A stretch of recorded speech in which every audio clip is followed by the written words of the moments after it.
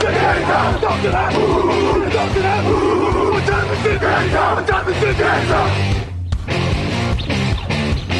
Gunn, Hulk left slot. Dixie left, T left. Mercedes, wide chip, Ricky. Fever left, 75, Katie, Omaha. We're good.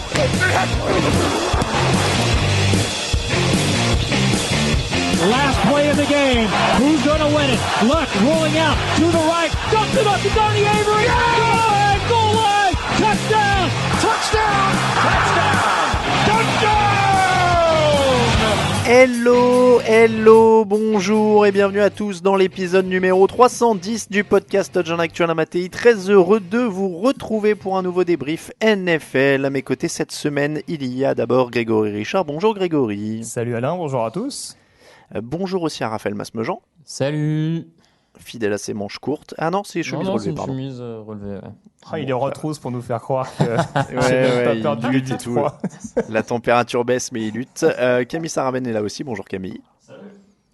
Cette année encore, le podcast du mardi qui vous est présenté par le Hard Rock Café Paris. Tous les dimanches soirée Game On au Hard Rock Café avec Happy Hour pour ceux qui viennent voir les matchs et des beer buckets 6 bières pour le prix de 5. Et évidemment, les rencontres ne ratez pas ça, c'est tous les dimanches au Hard Rock Café Paris sur les grands boulevards. Beaucoup d'amour pour la Californie cette semaine avec les Raiders et les Niners qui gagnent. On va passer aussi en revue l'exploit des Colts qui ont maintenu l'attaque des Chiefs à moins de 20 points. Et puis on parlera dans le 4e match de la semaine d'une autre rencontre qui m'échappe. Oui, c'est les Packers qui ont battu les Cowboys. Vos questions, le répondeur, les tops et les flops, tout ça c'est au programme de la semaine et c'est parti.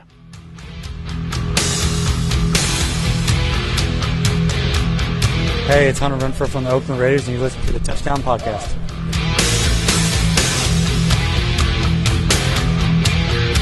Hi, this is Darren Waller from the Oakland Raiders, and you're listening to the Touchdown Podcast. Hi, it's Trent Brown from the Oakland Raiders, and you're listening to the Touchdown Podcast.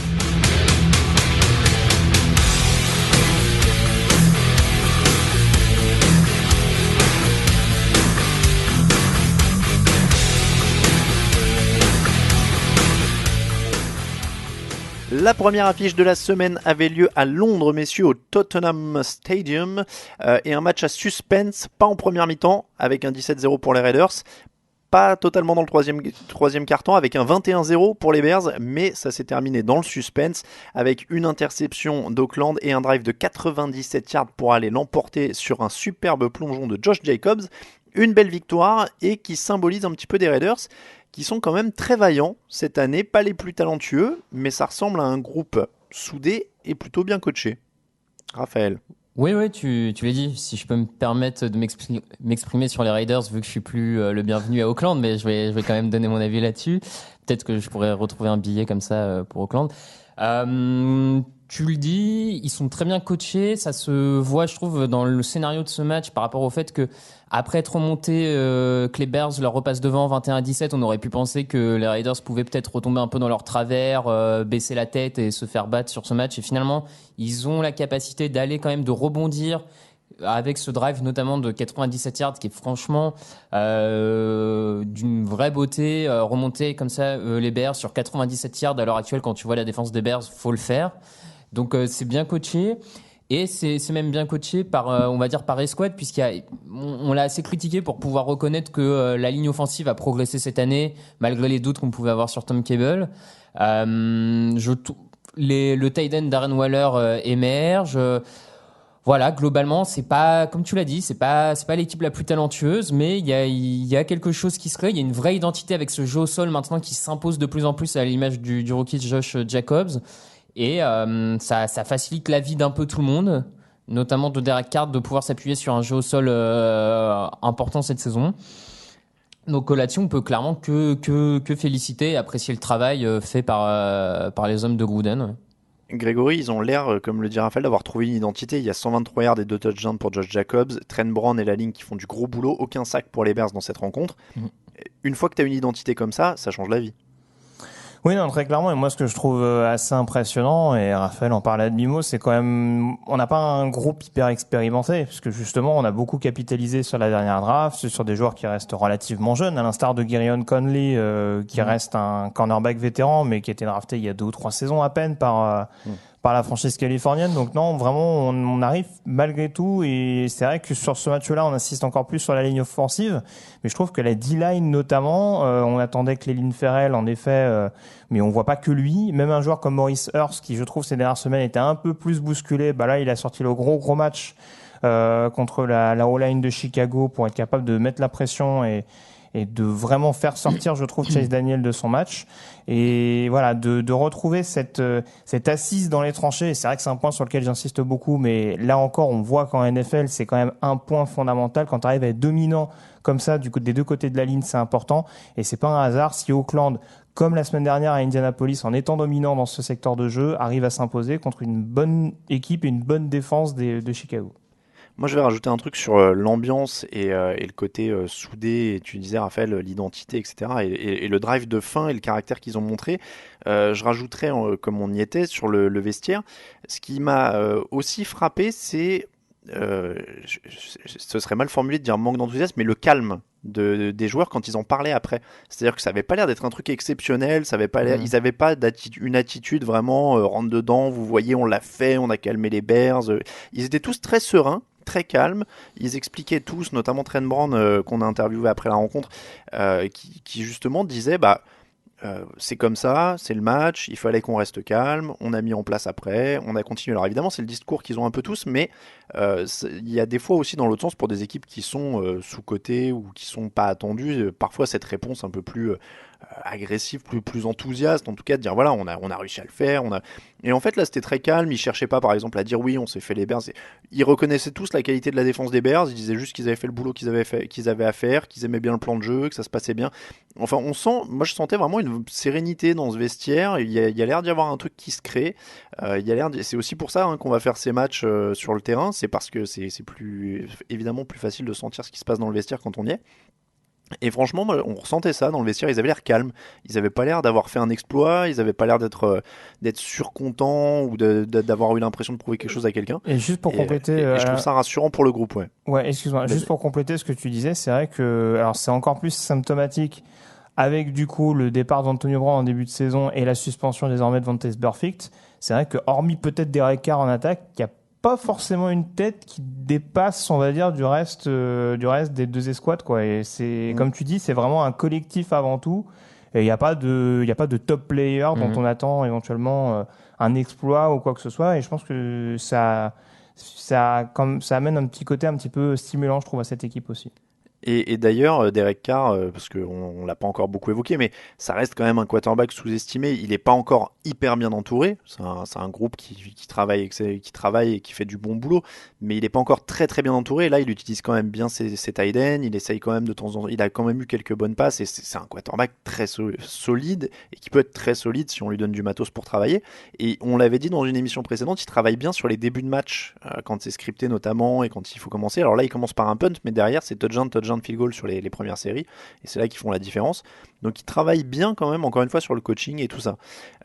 Ils viennent de battre les Colts et les Bears. Jusqu'où ils peuvent aller? Wildcard. De toute façon, ils iront pas chercher, enfin, à mon sens, en tout cas, à moins qu'il y ait vraiment une implosion du côté de Kansas City, ils iront pas chercher le titre de division.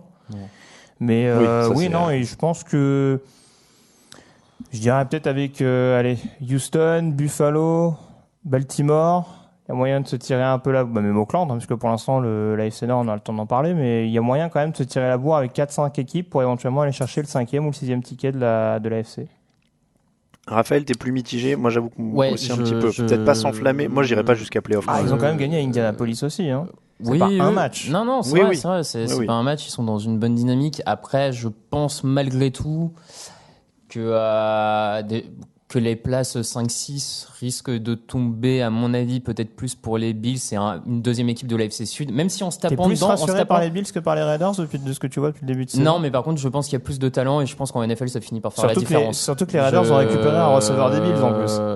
Oui, non mais...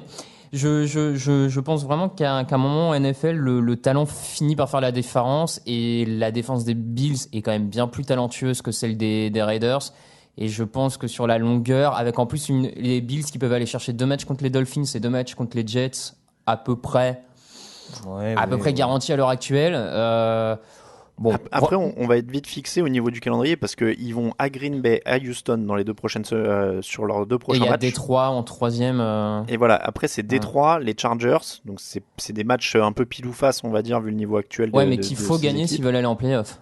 Voilà, et donc derrière il y a Bengals et Jets qui sont prenables, Mm. et ensuite ils réenchaînent avec Chiefs, les Titans qui peuvent être quand même très solides en défense, les Jaguars qui peuvent être très solides en défense, de nouveau les Chargers et les Broncos qui sur un match en défense peuvent aussi être embêtants, c'est un rival de division. Tu vois, les 4 prochains matchs sont pas évidents, et s'ils font 2-2 déjà sur cette série-là, ils resteront dans le coup. Moi, très franchement, Oui, s'ils font 2-2. les places en wildcard en AFC, je les vois pas à 12-4. Hein. Non. Donc, Non, c'est sûr. à mon avis, à C'est sûr, c'est sûr. 9-7, t'as déjà un moyen d'être dans le coup. Donc, je pense qu'ils vont tous se bouffer les uns les autres. Mais Claire. je te rejoins, c'est sûr que ça va être un test, notamment le déplacement à Houston va nous donner une indication précieuse.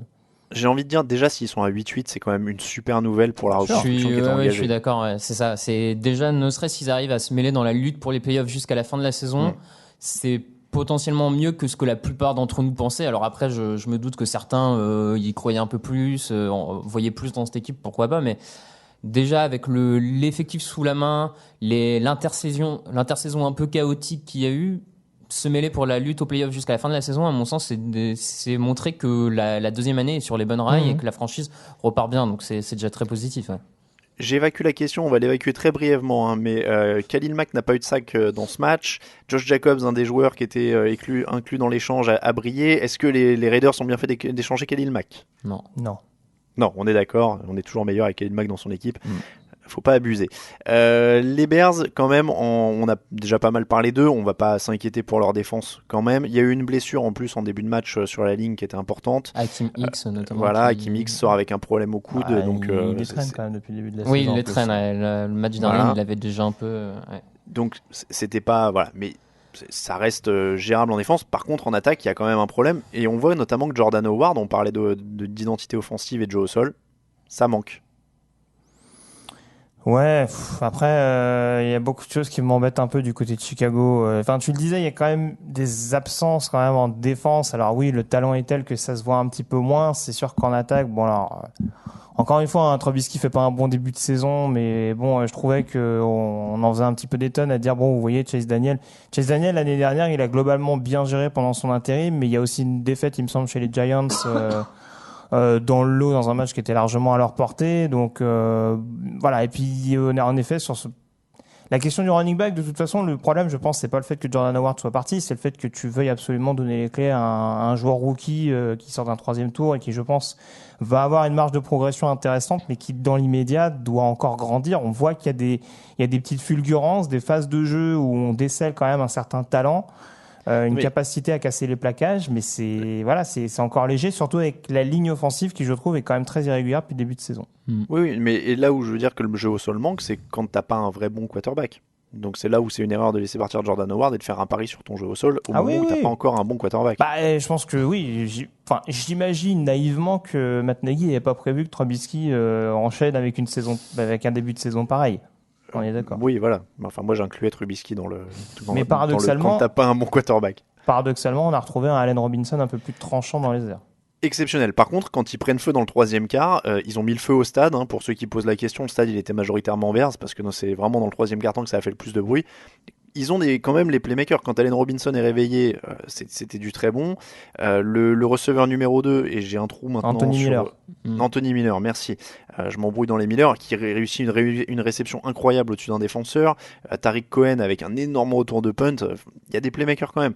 Mais il manque un petit quelque chose à ce niveau-là. Pour moi, c'est ça qui va les embêter et qui va faire qu'ils vont être border playoff jusqu'au bout. Hein.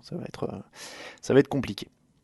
On enchaîne, messieurs, avec une autre équipe californienne, les 49ers, 31 contre les Browns, 3 petits points. Là, ça a été beaucoup moins serré, mais on a peu parlé des 49ers depuis le début de l'année. Ils jouaient pas mal d'oppositions faibles. Là, ils ressemblent légitimement à une équipe sur laquelle il faudra compter en NFC.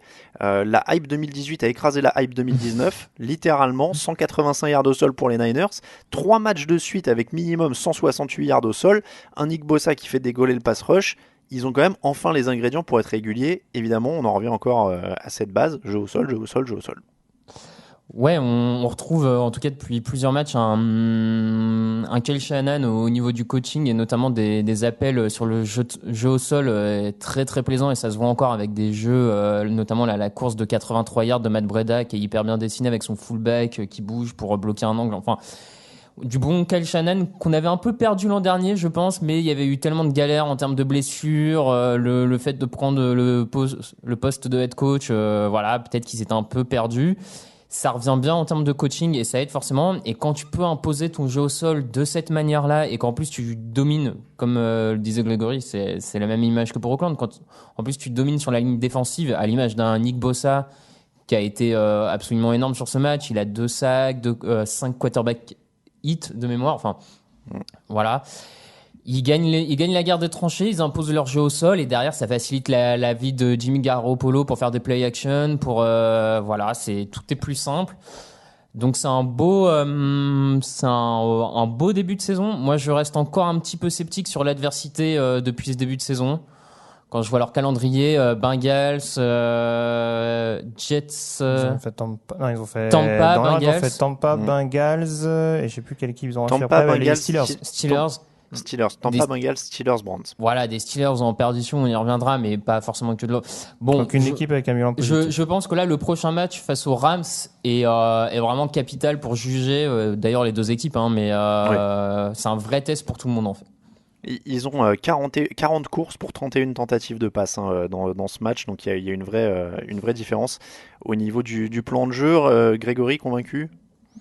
Oui, alors après c'est pareil, j'entendais des gens dire, vous allez voir, on va découvrir la supercherie Garoppolo, ceci, cela, enfin en tout cas pour ses détracteurs, mais très franchement, on se rend compte que le plan de jeu, de toute façon, c'est pas de faire de Garoppolo, même si son contrat pourrait le sous-entendre, d'en faire la star offensive de cette équipe de San Francisco, parce que de toute façon, je trouve que les cibles, en dehors de George Kittle, qui au passage refait un touchdown à la réception, ça reste quand même assez limité, je trouve.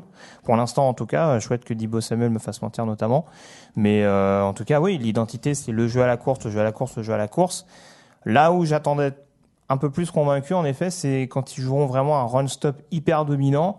Et où là, pour le coup, on mettra plus de responsabilité sur Jimmy Garoppolo. Là, je pense qu'on découvrira vraiment l'identité de San Francisco et la capacité à aller chercher un match offensivement des deux manières, on dira. Et puis pour l'instant, il n'a pas besoin de flamber, de s'accrocher au ballon, il a juste à jouer juste et il le fait bien, ce qui est déjà beaucoup. Parce que dans le même temps, en face, on a par exemple Baker Mayfield qui lui garde trop longtemps le ballon, se fait intercepter 2 fois et vit un match cauchemardesque. Ils n'ont pas la même ligne. Non, ils n'ont pas du tout la même ligne. Il a 100 yards tout rond, Baker Mayfield, avec 2 interceptions. Donc ils n'ont clairement pas la même ligne. Est-ce que c'est la ligne offensive des Browns qui est le baromètre de cette équipe et on dit quand ça va pas et qu'ils se font déborder, ça borde le jeu au sol et Baker Mayfield, ou alors est-ce qu'il commence à y avoir un problème Baker Mayfield ?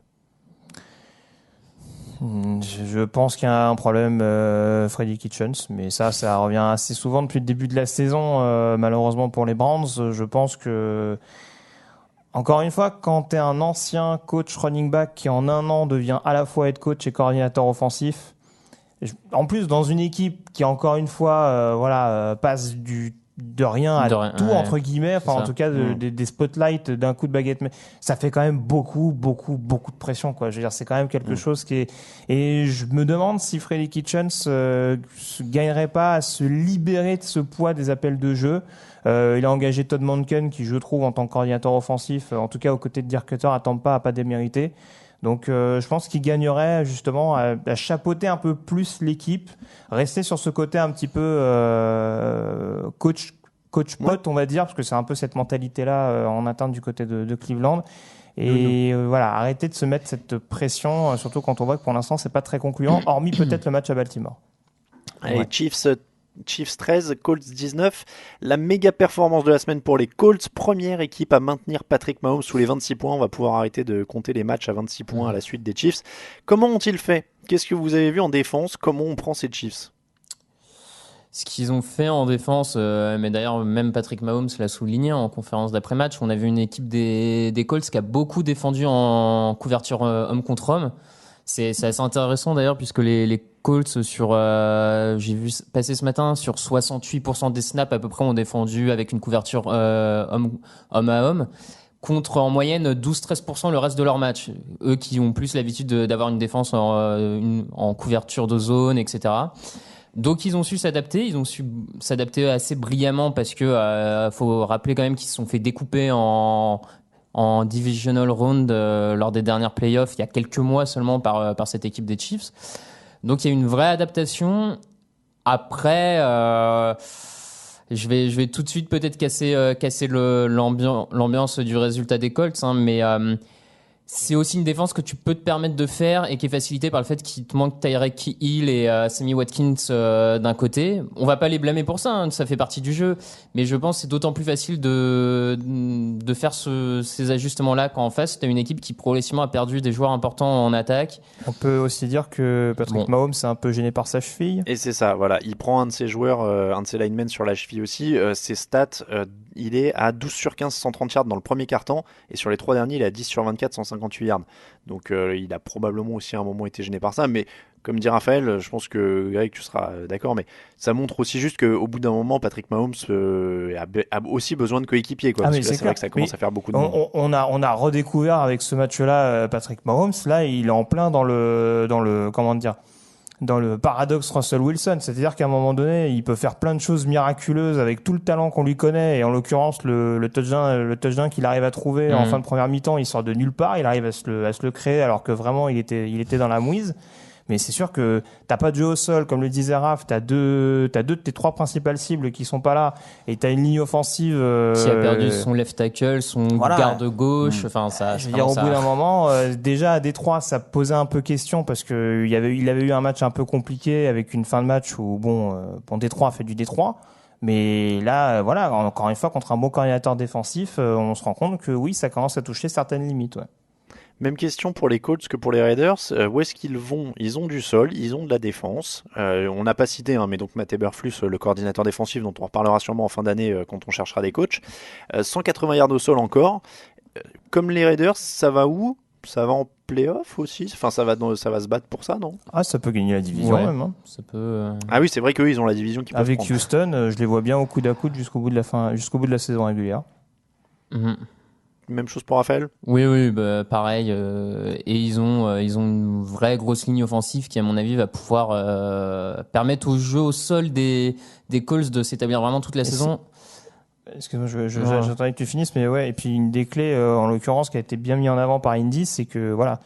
Là, pour le coup, on a vraiment vu la notion de ball control, quoi. C'est-à-dire qu'on a pu s'appuyer sur Marlon Mack et priver Patrick Mahomes encore plus de ballons pour casser le rythme. Et voilà, quand c'est fait aussi bien, faut aussi le mettre en avant et ça peut être une clé pour Indianapolis jusqu'à la fin de la saison. Cowboys 22, Packers 34, gros match NFC et un bon point pour les Packers avec enfin une belle attaque, 107 yards au sol pour Aaron Jones, 22 sur 34, 238 yards pour Aaron Rodgers dont les passes avaient l'air plus affûtées. Ça commence à prendre forme en attaque du côté de Green Bay. Oui, en tout cas, là, ils arrivent à trouver leur carburation et puis en début de match, on a l'impression que peu importe ce que faisait Aaron Rodgers, il fermait les yeux, ça passait. Alors je sais pas trop si c'est... Encore une fois, je suis pas en train de dire que c'est forcément le cas, mais je sais pas si c'est plus l'attaque de Green Bay qui était dedans ou la défense de Dallas qui en début de match est aux abonnés absents parce que la différence de niveau en première mi-temps me paraissait quand même assez impressionnante. Tu t'en parlais jeudi, mais c'est vrai que très clairement les Packers sont arrivés un peu piqués au vif après leur défaite surprise contre les Eagles, alors que manifestement les Cowboys surtout offensivement en l'occurrence après déjà la piètre prestation contre les Saints, on les a quand même sentis beaucoup moins mordants et cette différence ça s'est quand même fait en première mi-temps avec du coup beaucoup d'espace pour Aaron Jones, un Leighton Van Der Esch qui a été à la rue du début à la fin et ça a quand même rapidement conditionné l'issue de la rencontre. Raphaël, on passe du côté Dallas, 3 interceptions pour Dak Prescott, il a quand même lancé 463 yards, mais 3 interceptions ça fait toujours tâche. Est-ce que la magie du début de saison est partie ou alors est-ce que simplement on s'est enflammé alors qu'ils avaient battu que, entre guillemets, les Giants, les Redskins et les Dolphins? Je dirais que c'est comme souvent, c'est un peu des deux. Malgré, il y a beaucoup d'erreurs, mais il y a, à mon sens, déjà quelques circonstances avec un Tyron Smith et un La'el Collins qui se blessent en cours de match, qui sont quand même sa paire de tacles. Tous les quarterbacks en cours de match, en perdant leur tackle, sont pas capables de surtout face à ce pass rush là. Si t'ajoutes à ça, en première mi-temps, mine de rien, Dallas va quand même 6 fois sur ces 6 drives, va 4 fois dans le camp des Packers, mais ressortent avec 0 points. Donc, ça arrive quand même à avancer. La finalisation est pas là, ça conclut pas très bien, mais tout n'est pas acheté. Il y a quand même des éléments qui peuvent laisser penser que ça peut s'améliorer en cours de saison avec peut-être un peu plus de bon coaching. Et un Mari Cooper qui, quand il s'est mis en route, il a quand même fait ce qu'il voulait de la défense de Green Bay sur la deuxième mi-temps. Voilà, et Dallas a un peu abandonné le jeu au sol aussi parce qu'il y avait beaucoup de points à remonter, mais on les a peut-être vus trop beaux par rapport à leurs premiers affrontements, mais je pense pas non plus que c'est une équipe qu'il faut tout de suite jeter après 2 matchs un peu compliqués parce que il y a des rodages encore et voilà, ils vont pouvoir lutter pour les playoffs en NFC et on verra en fin de saison. Hi, it's Trent Brown from the Oakland Raiders, and you're listening to the Touchdown Podcast.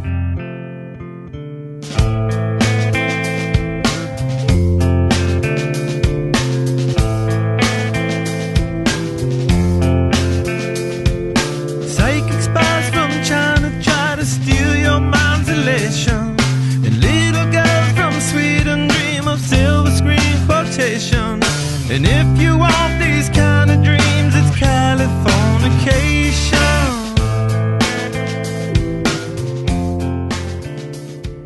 On enchaîne, messieurs, après ce petit jingle londonien, avec toutes les autres affiches de la semaine. Et on va commencer par le match du jeudi. Une fois n'est pas coutume, d'habitude on termine avec celui-là. Mais j'ai pas eu le temps d'en parler dans le fauteuil. Et 2, on avait quand même un MVP en puissance sur le terrain avec une très grosse prestation. Ça donne Seahawks 30, Rams 29. Il faut en parler parce qu'on a eu du grand Russell Wilson, touchdown de la gang pour Chris Carson sur une 4e et 5 en fin de match. Et comme on aime bien les classements, messieurs, je vais vous demander... Il est top combien, Russell Wilson, chez les quarterbacks? Top 3, top 2, top 5? Bah alors, il est forcément derrière Stafford, donc déjà, ça conditionne. Polémique, tweet clash. Du coup, ça le met quoi, 15e s'il est derrière Stafford, non? Non, mais il est forcément... de base, je pense qu'il était forcément top 5. Là, de ce qu'on voit depuis le début de saison, oui, il est forcément top 3, peut-être avec Mahomes et Brady. Très clairement. Ouais. Moi, j'irais même jusqu'à 2 avec Mahomes, mais. Ouais, bah pareil. Mais bon, pareil après, sur la forme du moment.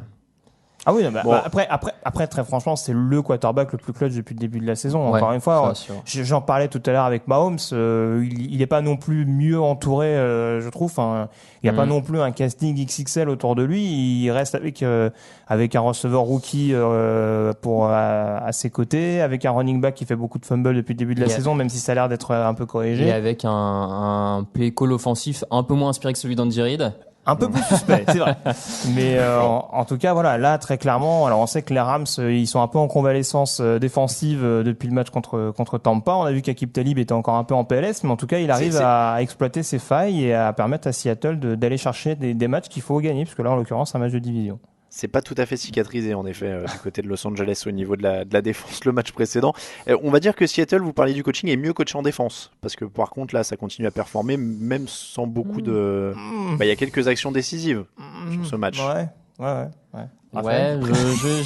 je sais pas s'ils sont vraiment mieux coachés en défense pour le coup, mais parce que certaines des actions défensives c'est plus vraiment une action du joueur qui sent le coup que plus un play call à mon avis qui permet ça, et puis tu profites quand même d'une ligne offensive des Rams qui est toujours à la rue, d'un Jared Goff qui est hésitant.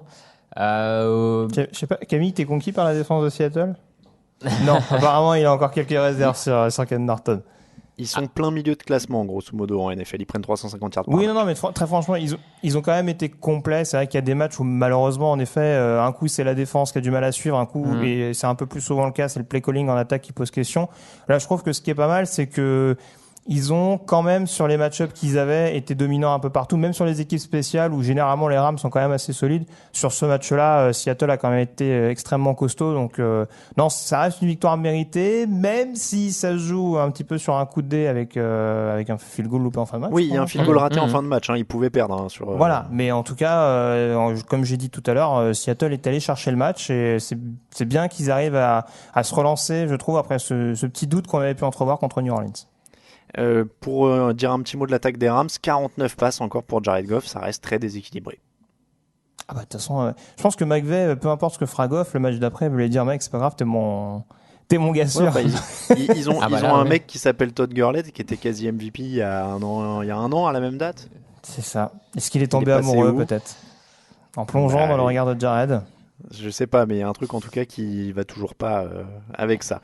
Saints 31, Buccaneers 24, 314 yards et 4 touchdowns pour Teddy Bridgewater. Ça commence à sentir bon. Bridgewater et toute l'équipe quand même de New Orleans qui augmente son niveau au fur et à mesure des semaines, même sans Drew Brees.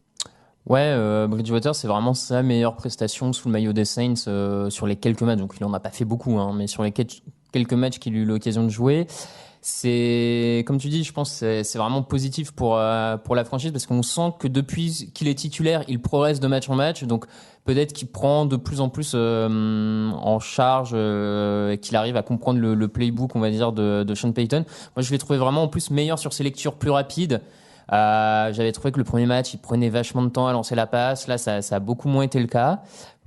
Face à une défense des Buccaneers qui jusque-là avait pas été trop mal en ce début de saison, en tout cas. Ils ont eu... Attends. Pardon. Il y a eu des bonnes choses contre le sol et il y a Shaquille Barrett. Depuis le début de la saison, par rapport à ce qu'on attendait, notamment en run-stop. Je suis d'accord, ils ont quand même pris que 34 points contre les Giants avec Daniel Jones en quarterback et Saquon Barkley sur la touche. Je trouve que tu raccourcis la... Oui, tu es de mauvaise foi. Je la trouve quand même très perturbante, cette défense de Tampa Bay. Le run-stop est vraiment bon. Enfin, ils ont bloqué McCaffrey en semaine 2. Ils ont bloqué Camara plutôt bien sur ce match. Mais je suis d'accord avec toi, mais là, en l'occurrence, contre la passe, c'est quand même flippant. Ils se sont aussi fait ouvrir la semaine dernière contre Jared Goff, hein.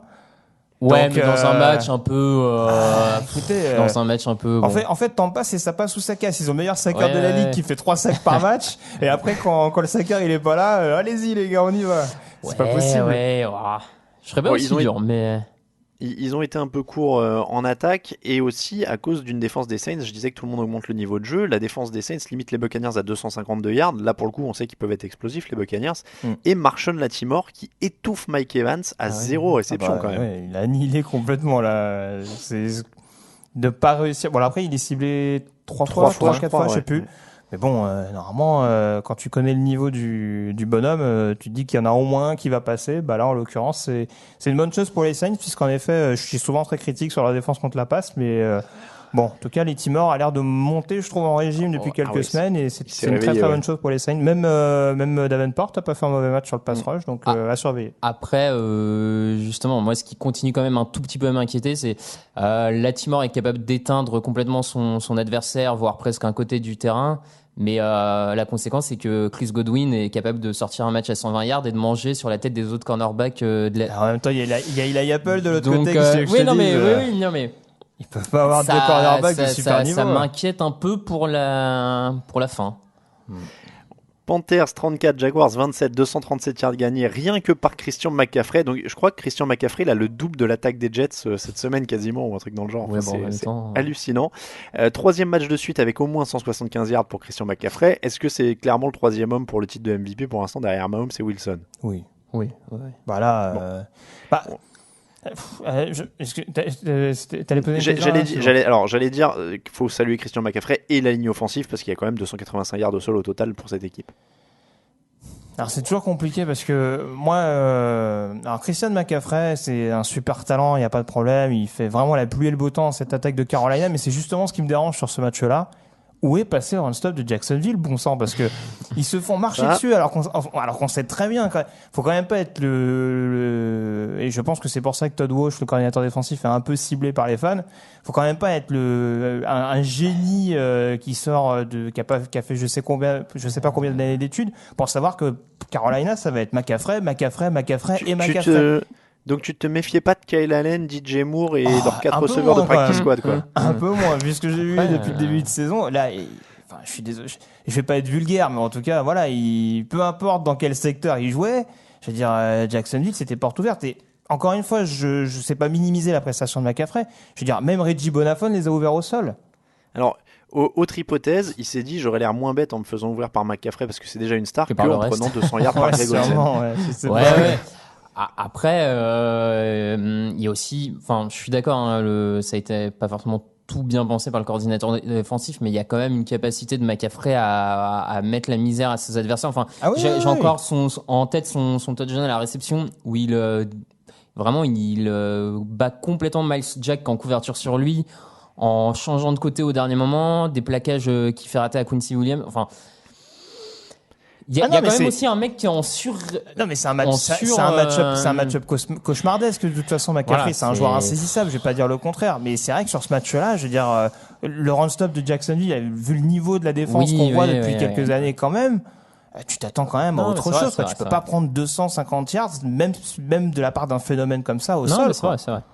D'autant que l'attaque de Jacksonville avait plutôt fait le taf. Fournette est au-dessus de 100 yards, il est à 108 et Gardner Minshew est à 26 sur 44, 374 yards, 2 touchdowns, ce qui est quand même des stats très élevés pour un rookie du 6e tour qui débarque là, quoi. Ouais, après il y a quand même 2 fumbles de Minshew dans le camp des Panthers qui coûtent un peu cher à l'équipe malgré tout, donc mais il fait avancer cette équipe à la passe, ça c'est sûr. Ah non, mais en tout cas, s'ils veulent un casting pour savoir s'ils peuvent dégager Nick Foles, en tout cas le casting il est parfait, parce que là, vu que à chaque fois il doit aller chercher la victoire en fin de 4e quart, c'est nickel pour Jacksonville, mais bon, mais juste pour terminer, parce que je suis très critique sur Carolina, on voit que tout est pas parfait, mais ils ont quand même cette capacité aussi à tuer les rencontres quand il faut le faire, notamment avec ce retour de fumble de Brian Burns. Et ça aussi, depuis que Kyle Allen est titulaire, ils ont gagné 3 matchs, alors que Newton en a perdu 2. Ouais, après, c'est surtout dès que Ron Rivera est dos au mur, bizarrement, il avait été limite d'être viré il y a 3 ans, il avait sorti run incroyable pour se sauver, puis derrière, t'as le Super Bowl, tout ça. Enfin, t'as l'impression que ce mec-là n'arrive à se sortir de la mouille. Enfin, il a un vrai instinct de survie. Ouais, il a un instinct de survie assez incroyable, ce qui est pas. Ouais. Bon. Je sens que Greg voulait gagner du temps en rajoutant un mot sur ce match pour ne pas passer au suivant. Texans 53, Falcons 32. Deshaun Watson à 28 sur 33, 426 yards, 5 touchdowns, évaluation parfaite de 158.3, aucun sac encaissé. Will Fuller, superstar, 14 réceptions, 217 yards et 3 touchdowns. Will Fuller aussi, lui tout seul, a fait mieux que l'attaque des Jets. Les Falcons se sont fait déchirer, ils prennent 592 yards, on se serait cru dans un match universitaire. Alors au moins t'avais l'impression d'être samedi, Greg. Ça te rappelait l'NCAA. Est-ce que tu es toujours sûr que Dan Quinn va rester jusqu'à la fin de la saison? Oh non, mais j'en étais déjà pas sûr la semaine dernière. Non, mais la dernière fois, j'ai dit il doit être viré après les Titans. Tu m'as dit non, je pense qu'il va rester jusqu'à la fin de la saison. Ah bon? Donc là, est-ce que tu penses toujours que... On a parlé Tennessee après le match? J'ai un trou de mémoire, mais... Avant le match de Tennessee, j'avais demandé si ça coûtait sa place une défaite. Et t'avais dit, je pense qu'il va rester jusqu'à la fin de la saison, même s'il perd. Ouais, depuis le match des Titans, ça a un peu douché mon enthousiasme. Non, mais jouer Atlanta en ce moment, c'est un peu comme jouer à Madden en mode facile. T'as un truc où, de toute façon, à un moment donné, tu vas réussir à trouver une petite faille. Et pourtant, cette semaine, le match a bien commencé. La première mi-temps, il y a 17-16. Pour une fois, ils étaient bien rentrés dans le match. Non, mais c'est ça le pire, c'est qu'ils m'ont fait espérer, c'est con quand même. Je me suis dit, ça y est, ils ont commencé le match. Comme en deuxième semaine, ils vont tenir le coup. Et puis bon, au bout d'un moment, tu vois une fois Houston en red zone, tu vois 2 fois Houston en red zone, 3 fois, il y a un truc qui va pas. Il y a un truc qui me chiffonne, mais non, mais bon là, très clairement, enfin. Et je l'ai dit au début de saison, de toute façon, Dan Quinn, il a mis entre guillemets, sa réputation en jeu en reprenant les appels de jeu défensifs.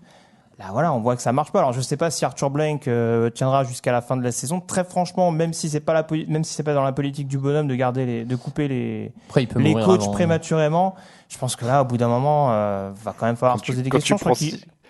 Quand tu prends 600 yards, ça commence à devenir compliqué. Je crois qu'il joue à Arizona ce week-end. J'ai un doute là-dessus, mais si tu perds à Arizona, je pense que voilà, à 1-5, va peut-être falloir quand même essayer de faire quelque chose, voir si on peut faire autre chose avec ce groupe que ce qu'est en train d'en faire Dan Quinn. Alors, il va peut-être survivre à Arizona, mais derrière, il y a Rams, Seahawks, Saints, Panthers. Même pas peur. On en prendra moins de 53 avec un peu de chance. Donc ça fait un peu mal en effet. Raphaël, sur les Falcons, les Texans, s'ils commencent à avoir une ligne offensive qui se solidifie, ça peut commencer à faire peur, non? Oui, ça peut commencer à faire peur. Effectivement, on avait vu une ligne qui avait déjà progressé ces 2 dernières semaines, même si bon, le pass rush des Falcons ces derniers temps est pas forcément incroyable. Donc je sais pas si c'est le meilleur test de la ligue. Mais en tout cas, ce qui est sûr, c'est que Watson a vraiment progressé depuis l'an dernier. Les Texans ont leur quarterback. Il y a quelque chose qui se passe en attaque. La défense, il y a quelques doutes encore, et on le dira jamais assez sur le backfield défensif, mais ça tient globalement. Mais en fait, la vérité, c'est pas que Houston, en fait, d'une semaine à l'autre, j'ai l'impression qu'on dit jamais la même chose.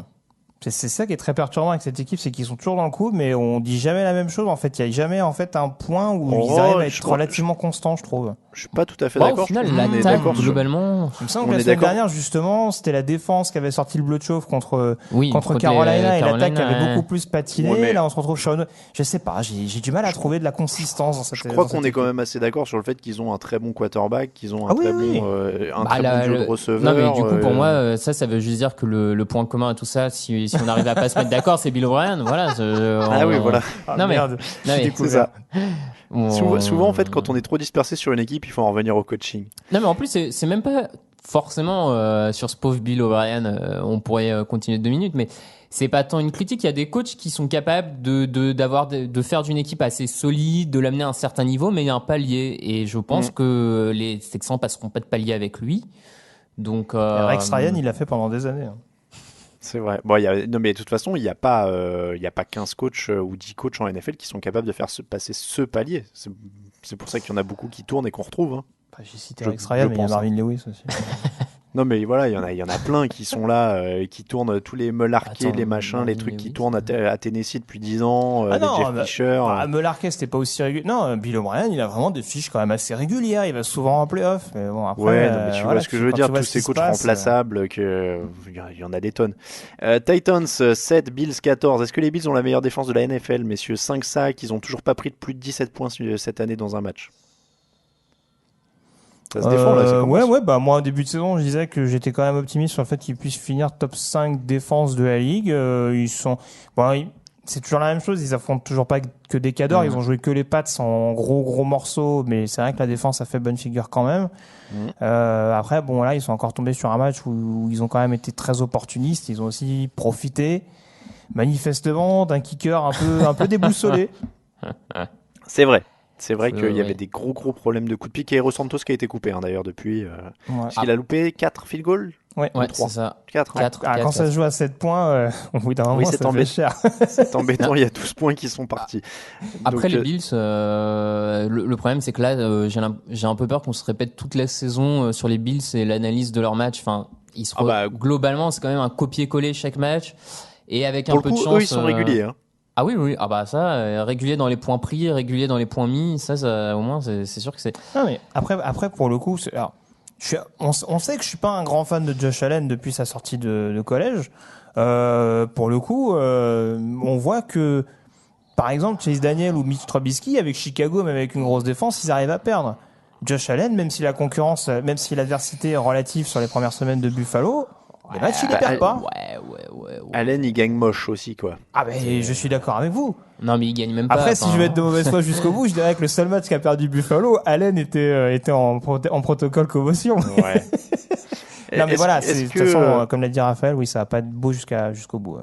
Est-ce que les Titans commencent à avoir un problème de ligne offensive, qui était un de leurs points forts, et là, ça commence à diminuer un petit peu. Tu veux dire? Ouais. Parce que c'est la pire équipe en termes de sacs, je crois qu'ils sont à 22, non?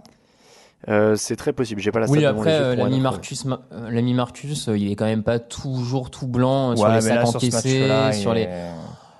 Attends, moi je trouve qu'on lui a quand même fourni quelques armes offensives. Il se passe toujours rien du côté de Tennessee à ce niveau-là. Il y a des décisions de coaching. Moi, je comprends pas ces décisions de taper un field goal de 53 yards après les 3 premiers ratés, plutôt que de jouer une 4-4 sur les 36 yards de Buffalo. Parce que t'as Marcus Mariota, Raphaël, bon sang. En fait, là, c'est pas Bill O'Brien, c'est Marcus Mariota.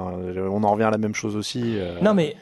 Je suis d'accord avec Raphaël, il a Derrick Henry, il a eu des armes en attaque, ils lui ont mis plein de receveurs. Oui, mais je suis désolé, vous pouvez pas me dire que la O-line elle est bonne depuis le début de la saison, c'est pas possible. Ils ont signé à prix d'or un Roger Saffold qui est catastrophique sur le pass pro depuis le début de la saison, c'est pas normal. C'est pas ce qu'on dit. Non mais Mariota n'élève le niveau de rien depuis 4 ans. Si c'est pas un mec qui met 3 minutes à lire ce qui se passe face à lui, il y a pas 9 sacs par match, il y en a plus que 4. Oui, mais bon, je trouve que vous exagérez un petit peu ces lacunes. Mon propos, c'est pas de dire que Mariota c'est un super quarterback. On le voit tous que de toute façon, voilà, il aura jamais vraiment le niveau d'un franchise quarterback. Mais bon, alors pourquoi on se prend la tête? Non, mais on exagère.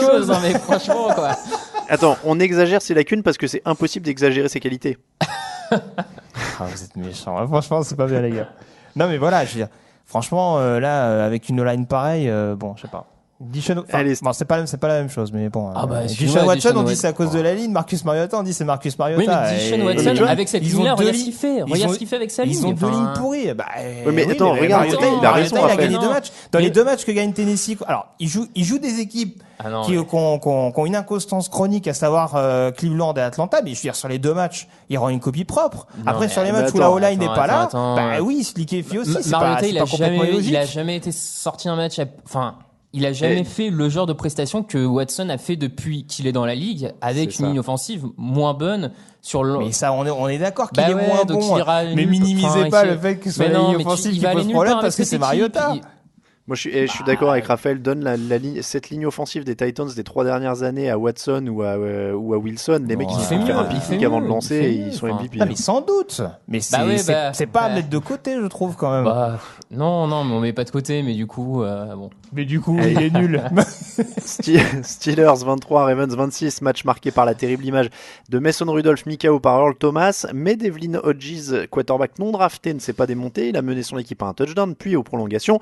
Les Ravens s'en sortent grâce à Justin Tucker, leur kicker évidemment, mais c'était compliqué, Lamar Jackson a été intercepté 3 fois, lui aussi retombe sur terre ces dernières semaines. Raphaël, tu hoches beaucoup la tête. C'était vraiment pas un beau match, beaucoup de pénalités, beaucoup de faux rythmes. Il y a jamais aucune des deux équipes n'a vraiment pris l'ascendant sur l'autre. C'est comme tu dis, Jackson sort probablement son pire match, malgré le fait qu'en plus le jeu au sol n'était pas tant en difficulté que ça sur l'ensemble du match. C'était pas la meilleure prestation des Ravens au sol, mais c'était pas non plus une catastrophe. Ouais, un match vraiment pas bon des deux côtés du ballon et pour les deux équipes j'ai trouvé, donc bon. C'est dur pour Pittsburgh, Grégory, je trouve, parce que leur défense monte en puissance, mais ils se retrouvent à jongler, ils vont en être à leur 3e quarterback et finalement il y a du potentiel, moi je trouve, dans cette défense, quoi. Ouais, non, mais très clairement, il leur manque de toute façon depuis le début de la saison, ils passent pas très très loin. Encore une fois, on en parlait, mais le match à San Francisco, par exemple, contre une équipe qui est encore invaincue à l'heure actuelle, ce match-là, dans un contexte de 2018, par exemple, il le gagne 9 fois sur 10. Donc là, c'est sûr que, a priori, toutes les planètes ne sont pas alignées du côté de Pittsburgh. Il y a beaucoup de compartiments où ça passe, mais il y a des compartiments, notamment offensivement, où c'est un peu plus compliqué. Après, c'est vrai que sur ce match-là, Pittsburgh, on connaît les difficultés depuis le début de la saison et le fait qu'en effet, il leur manque leur principal playmaker offensif. Maintenant, c'est vrai que c'est aussi Baltimore qui les a longtemps laissés dans le match.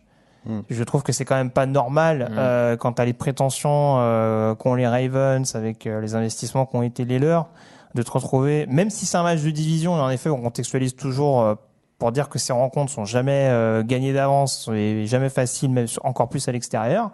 Mais voilà, tu joues le 3e quarterback en face, quoi. Ouais, un mec qui a jamais joué un snap et dès sa première série, il marque un touchdown ou ils arrivent en zone rouge. Enfin, à un moment donné, ça me pose question, je le dis, la défense m'interroge de plus en plus du côté de Baltimore ces dernières semaines. Lamar Jackson, en effet, voilà, je veux dire, il y a des semaines où ça va être très bon. Là, en l'occurrence, on était sur du beaucoup moins bon. Et j'ai l'impression que c'est une équipe qu'on présentait comme le futur vainqueur de la AFC Nord. Ça va peut-être être un peu plus vers du 9-7 et puis ces fameuses équipes qui vont batailler pour les playoffs. Sans doute quand même, mais oui, ils ont de la chance que les Browns se cassent la tronche aussi, donc ils restent devant fatalement. On a que des équipes négatives dans la AFC Nord si je sais compter. Ouais. Oui. Sauf Ravens du coup, mais. Ah oui, non, ils sont en 3-2, pardon. Oui, pardon. Ils sont en neutre, mais oui, non, a priori, ils sont pas largués. C'est vrai que c'est une des divisions qui est les plus basses au niveau. Je suis en train de vérifier. Donc non, 3-2, Baltimore, ils sont pas neutres d'ailleurs, ils sont à 3-2. Ouais. Oui, avec cette victoire. Et donc derrière 2-3, 1-4 et 0-5. Donc ça va être lutte entre Cleveland et Baltimore déjà. En tout cas, je suis très critique, mais super Marlon Humphrey comme toujours qui sauve le match pour Baltimore et c'est bien de le mettre en avant parce qu'on n'en parle pas beaucoup. Je suis très critique sur cette défense, après avoir éteint Odell Beckham la semaine dernière, enfin clairement il fait une vraie belle saison. Ouais. Messieurs, Chargers 13, Broncos 20. Peut-être que les Chargers finalement n'avaient pas besoin de Melvin Gordon qui est revenu pour signer 31 yards sur 12 courses à 2,6 yards par course. Ça valait le coup d'une bonne grève. Alors il faut vraiment qu'on détaille bien ce qui s'est passé ou pas passé parce qu'on nous a fait amicalement remarquer qu'on n'avait pas assez parlé des Chargers la semaine dernière. Donc je vais résumer. 246 yards en attaque, 2 interceptions pour Philip Rivers. Punt, interception, field goal manqué, fumble en première mi-temps. Punt, interception pour commencer la deuxième mi-temps, avant de sauver l'honneur en fin de match. Est-ce que c'était juste un jour sans pour l'attaque ou est-ce qu'il y a un souci plus profond ? Moi, je pense que sur l'attaque, il y a un souci plus profond. Globalement, depuis le début de la saison, je suis pas forcément convaincu par l'attaque. C'est pas ce qui m'inquiète le plus chez les Chargers, hein, mais je suis pas totalement convaincu. Je trouve que paradoxalement, le retour de Gordon leur a pas fait du bien en donnant moins de portée à Austin Ekeler. Il a été beaucoup ciblé avec 15 réceptions sur le jeu de passe, donc là-dessus, ils l'ont beaucoup utilisé. C'est son record, mais au sol, ils l'ont oublié. T'as une ligne offensive en grande difficulté. Ça commence à faire un petit moment déjà. Ça commence à faire un petit moment, ouais, depuis ce début de saison, effectivement. Un Keenan Allen qui s'est fait totalement éteindre par Chris Harris Jr. Du côté de Denver. Donc on a une attaque très moyenne et un run stop que moi j'identifiais comme une des grosses faiblesses de cette équipe avant la saison et qui confirme là Après défensivement, c'est pareil, ils ont une infirmerie pleine aussi, c'est compliqué. Maintenant, ils ont le backup du backup qui joue en défense, c'est un peu compliqué maintenant. Ouais, mais Greg, bientôt on pourra dire ça pour toutes les équipes. Oui, enfin, mais là, ça prend des proportions quand même qui sont assez importantes. On sait que normalement la défense des Chargers, coachée par Gus Bradley, ça vaut quand même beaucoup plus que ce que ça montre à l'heure actuelle. Et en l'occurrence, ils prennent pas 50 points contre Denver. Il y a ce début de match qui leur coûte très cher en effet avec des erreurs d'assignation, notamment sur le touchdown de Courtland Sutton. Et défensivement, je serais moins sévère. Après, offensivement, bon, Philip Rivers, on connaît mes réserves là-dessus, mais je vous rejoins. Melvin Gordon, le problème, c'est que tu peux pas le faire venir et le mettre dans un rôle de numéro 2 dans un premier temps derrière Austin Ekeler. Donc je pense qu'ils vont se traîner ça. Peut-être qu'ils vont attendre la période en gros la période des trades, on va dire, qui va arriver dans peu de temps, je pense d'ailleurs, pour éventuellement essayer. C'est ouvert, s'ils veulent envoyer quelqu'un, ils peuvent. Hein. Oui, mais on sait comment ça se passe au niveau de la deadline, les joueurs justement qui sont bientôt en fin de contrat, on essaye de leur trouver un petit point de chute. Ça m'étonnerait pas que Gordon soit dans le coup. Mais oui, pour le coup, les play call offensifs. Je veux dire, t'es en zone rouge, tu fais rentrer Tyrod Taylor pour un jeu tout moisi. Je veux dire, à un moment donné, il y a suffisamment d'instabilité en interne entre les blessures, on va dire les doutes sur la ligne offensive, l'irrégularité de Philip Rivers. T'es obligé de te rajouter ça pour casser le rythme alors que t'arrives enfin à atteindre la zone rouge adverse. Il y a des choses qui me posent question, mais bon, après, le coaching façon Anthony Lynn, on sait que ça reste encore un peu contestable. Après, blessure ou pas, moi je suis d'accord avec Raphaël, ils prennent quand même 120 yards au sol par match, ils en prennent 191 sur ce match-là, donc blessure ou pas, c'est quand même un problème inquiétant. Ils jouent Denver, c'est au sol, c'est pas non plus... alors oui, évidemment, oui, mais bon... C'est pas Jacksonville qui prend 250 yards par McCaffrey, quoi. Non, mais bon, le plan de jeu, c'est de stopper les forces de l'équipe adverse, donc si t'en prends 191... Bon, tu perds le match. Donc première victoire des Broncos. Est-ce que c'est rassurant pour eux ? Ils ont toujours pas de sac, par contre. Ils ont intercepté 2 fois Philip Rivers, mais ils ont pas de sac. Ils étaient pas passés loin les 2 dernières semaines, les Broncos de l'emporter, notamment la semaine dernière où ils perdent sur un field goal. Oui. Cette saison, ils ont des sacs, on est d'accord. Oui, sur les derniers matchs. Sac. Ah pardon, ouais, mais pas dans ce match-là. Oui, non, juste pour être sûr que je comprenne ce que tu dis. Oui, sur ce match-là, oui, il y a encore eu quelques... Non, mais oui, ils sont pas passés loin. Ils passent pas loin. Là, du coup, ils ont réussi à prendre le match et à pas le lâcher cette fois, même si les Chargers reviennent bien en fin de match. Bon, on a un peu les mêmes éléments. T'as un jeu au sol qui a réussi à s'installer, Flacco qui fait quelques bons lancers par-ci par-là pour débloquer un peu la situation, et après une défense qui est... ça reste ultra faiblard, quoi. Ils sont un peu sauvés quand même par cette interception en end zone. Je sais plus quel est le nom du DB. Mais faiblard, je te dis franchement, ça faisait quand même plusieurs semaines que j'étais assez séduit par cette équipe de Denver qui passait pas loin mais qui arrivait pas justement à concrétiser. Peut-être que ça peut être cette victoire déclite qu'on attendait du côté du Colorado, et j'attends de voir cette équipe de Denver. Je pense que elle peut s'en sortir avec une petite saison à 5-11, on va dire, pour bien préparer la saison prochaine. Je serais pas étonné. Ah oui, voilà, oui, d'accord. Je croyais que non, je te parle pas de playoff. 5, c'est le plafond. Ils étaient à 0-4 quand même. Moi, je suis comme Raphaël. Ça reste très médiocre. Il va y avoir des bons passages en attaque, comme des passages où il y aura rien. Et la défense peut être bonne, mais elle l'est pas vraiment depuis le début de la saison. 6-5-11, c'est pas médiocre. Enfin, c'est même moins que médiocre. Non, mais c'est encore. Après, toutes les équipes avec un bilan négatif en NFL ne sont pas mauvaises. Ouais, voilà. T'as le 5-11 des Broncos et t'auras le 5-11 des Falcons, quoi. Je veux dire, t'attends pas du tout la même chose. Non, mais c'est vrai. Denver, ils sont quand même en grosse reconstruction, quoi. En parlant d'attente. Avec Flacco. Oui, avec Flacco. C'est vrai. Mais ils ont Drew Lock qui jouera l'année prochaine. Là, il va revenir de blessure, on a dit, on le testait d'ici peu. Excuse-moi, là, vas-y. Il était pas blessé ? Si, justement, mais je pense qu'il va revenir d'ici la fin de la saison, je pense. En parlant d'attente, Redskins 7, Patriots 33, Jay Gruden est viré. C'est à peu près logique, on va pas épiloguer là-dessus. Qui vous voulez en coach maintenant pour cette équipe de Washington ? Moi, j'ai très peur. Très franchement, j'ai vu les premiers noms qui circulent, j'ai froid dans le dos. J'espère que cette news que j'ai vue, comme quoi ils réfléchiraient au fait, comme quoi ils réfléchiraient au fait de potentiellement engager leur coordinateur offensif Kevin O'Connell, parce que les anciens coordinateurs offensifs Sean McVay, Kyle Shanahan et Matt LaFleur sont devenus head coach. La loi des séries, mon gars. J'espère que c'est pas vrai, parce que sinon, mais c'est le raisonnement le plus con que j'ai jamais entendu de ma vie. Donc franchement, j'espère que... Mais les gars, ils ont dit, il a 34 ans, c'est une future star. Ouais, on n'embauche plus au-dessus de 40 ans, c'est mort. Ouais, non, mais alors, les coachs quarterback irlandais, c'est bien, c'est à la mode en NFL. Ouais. Je vais te dire, tant qu'on est dans les hypothèses, moi, celle d'un trade pour Mike Tomlin, elle me réjouit grandement parce que il y avait quelqu'un sur Twitter hier qui nous disait, moi, j'aime bien la direction que prend la franchise et ils ont plein de choix de draft, etc. Et j'avais répondu, t'inquiète pas, ils vont faire quelque chose pour faire foirer tout ça.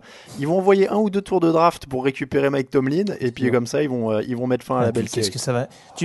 Vous êtes dur là. Tu laisses pas partir un mec comme Grodon pour récupérer un mec comme Tomlin, quoi. Je veux dire, le but du jeu, le but du jeu, c'est quand même d'assainir le vestiaire. On peut dire ce qu'on veut sur Tomlin. Il arrive à Pittsburgh, je veux dire, Bill Cowher, il a fait le ménage, il a passé le balai. Enfin, je veux dire, le gars, il arrive, il a juste à poser, à mettre les chaussons non, mais franchement. Moi, je trouverais ça génial. Ce serait une vraie décision à la Dan Snyder. Ce serait un beau caprice. Il balance des choix de draft contre ça. Mike Tomlin, ça fait des années que les Steelers sont minimum sérieux des prétendants aux playoffs tous les ans pour repartir à zéro avec un quarterback. Excusez-moi, Mike Tomlin, ça pose des fondations. Tu peux pas dire qu'à Pittsburgh, quand il arrive, je veux dire, le mec, c'est pas le contexte il est pas mis dans du coton, quoi.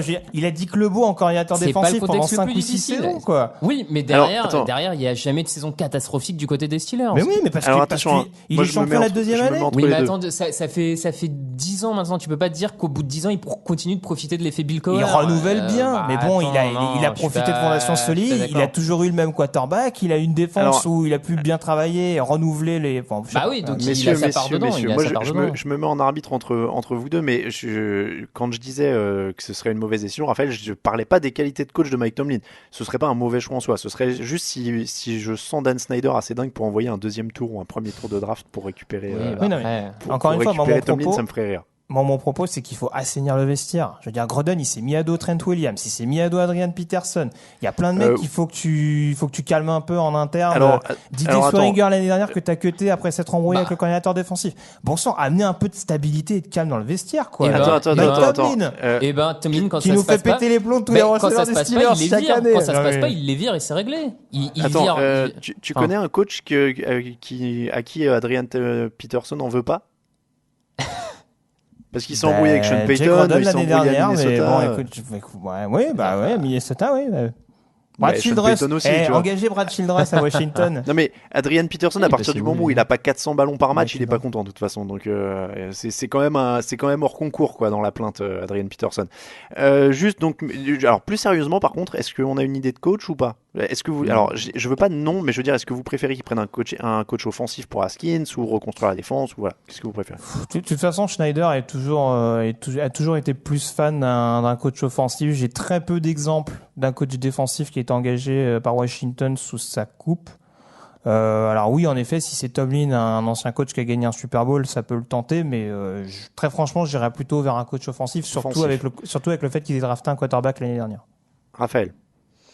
Ouais, j'irais plutôt sur le défensif et bien s'entourer avec un bon coordinateur offensif pour son rookie, qui se concentre sur le rookie, et le head coach peut s'intéresser un peu à d'autres points sans forcément être un quarterback gourou. Tu penses que Gay il sera sur le marché ou pas? Pardon. Après, encore une fois, moi je modère. Évidemment, Jay Gruden avait ses torts, il était temps de tourner la page. Mais tant que Dan Snyder est à la tête de cette franchise et qu'ils sont gérés comme ils sont gérés, il y a qu'à voir l'effectif. C'est vrai que Gruden n'a pas tout à fait tort quand il dit je dois composer avec les joueurs qu'on me donne. Il suffit de voir leur situation au poste de quarterback. Aujourd'hui, ils sont quand même officiellement en attaque. Oui, en défense, il y a quand même quelques talents. Mais je veux dire, en attaque, quand Greg, tu dis il s'est embrouillé avec Trent Williams, il a l'air surtout fâché avec les médecins de la franchise qui essayent de tuer la moitié des joueurs parce qu'ils ont tous des surinfections à chaque fois qu'ils se font opérer. Colt McCoy, il avait une entorse ou un truc, ça lui a mis 8 mois à se remettre. Donc, dans leur effectif, ils ont 4 quarterbacks, Alex Smith, Colt McCoy et Keenum, qui sont quand même plus ou moins similaires ou des versions pimpées les uns des autres, et Dwayne Haskins, qui est le petit nouveau. Mais donc, c'est pareil, tu vois, tu composes avec une sorte de bouillie comme ça.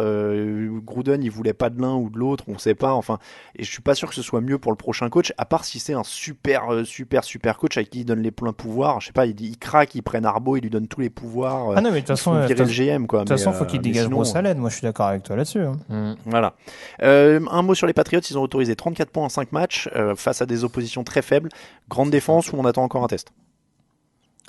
Moi j'attends encore un test, perso. J'attends un test, mais je pense qu'il y a le potentiel pour être une très bonne défense quand même. Parce que là, de talent. Je veux dire, en termes d'attaque, Buffalo, Jets, oui, non, Miami, mais c'est sûr. Non, mais oui, tu peux pas avoir, Miami, Washington, je dirais, laisse tomber. Faut attendre le match contre les Chiefs, semaine, je sais plus combien, mais ils l'ont dans le calendrier. Ouais. On enchaîne, messieurs, on va accélérer un petit peu sur les derniers matchs. Là, on attaque du très très lourd. Eagles 31, Jets 6, 10 sacs et 2 touchdowns défensifs pour les Eagles, 16 quarterback hits, 128 yards au total pour les Jets. Il n'y a pas grand chose à dire de ce match. Les Eagles sont le minimum en attaque, 265 yards, un seul ballon perdu contre 3 pour les Jets. La bonne nouvelle, on l'a appris avant l'émission, c'est que Sam Darnold va revenir parce que Luke Falk avait l'air un tout petit peu débordé. Ouais, enfin bon, Sam Darnold, il peut revenir si la ligne offensive elle est à ce niveau-là. Ah bah ils ont bien fait de pas le faire jouer parce qu'apparemment il avait une rate enflée et il risquait de mourir s'il prenait un coup. Moi je veux bien, il y a beaucoup de blessés chez les Jets, mais bon, il paraît que Kelvin Beachum, Brian Winters, tout ça c'est des titulaires. Même Brian Khalil, ils arrivent à le rendre mauvais, donc à un moment donné, je sais pas, mais bon. Alors je reformule ma question, est-ce que vous pensez qu'Adam Gase peut avoir l'air suffisamment ridicule pour se faire virer dès sa première année? Raphaël, t'étais un grand fan de cette embauche. Ah bah écoute, moi c'est ce que je pense. Et en plus, il y a quelques médias new-yorkais qui rapportent de plus en plus de mésententes entre Greg Williams et Adam Gase. Ce qu'on avait aussi déclaré en pré-saison en disant que le cocktail des deux était absolument explosif dans le contexte new-yorkais. Donc tout va exploser. Greg l'a dit, avec une ligne offensive comme ça, de toute façon, il y a absolument pas grand-chose à faire. Pour donner une stat, les coureurs des Jets sont en moyenne 1,5 yards.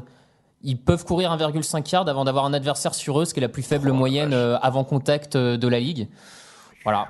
Non, et puis juste pour terminer sur la ligne offensive, ils jouent quand même les Eagles dans ce match-là, qui avait le pire, enfin pas le pire, parce qu'il y avait Denver juste derrière, mais un des pires pass rush de la ligue avant ce match-là. Le mec il passe à 10 en un match. Voilà, pour l'anecdote, Philadelphie est monté de 20 places au classement des sacs après ce match. Ça va vite, hein. C'est ouf. Comme quoi, vite. Les stats, faut aussi toujours les prendre avec quelques pincettes, parce que quand tu vois ça... Giants 10, Vikings 28, un bon Kirk Cousins cette semaine, un bon Dalvin Cook avec 218 yards gagnés au total, 130 yards et 2 touchdowns pour Adam Thielen. Match impeccable, on a vu les bons Vikings face à des Giants qui à nouveau ont montré qu'en défense ils auraient du mal. Ouais. Ouais, globalement, soyez pas timide, j'ai dit qu'on accélérait un peu sur les derniers matchs, mais vous pouvez encore parler. Non, mais c'est bien, au moins ils se sont rabibochés, Cousins et Thielen, c'était important. Après, est-ce que vraiment tu jauges le retour en forme de Minnesota sur ce match-là? J'en suis pas sûr. Les Giants qui reperdent encore un running back avec la sortie de Wayne Goldman.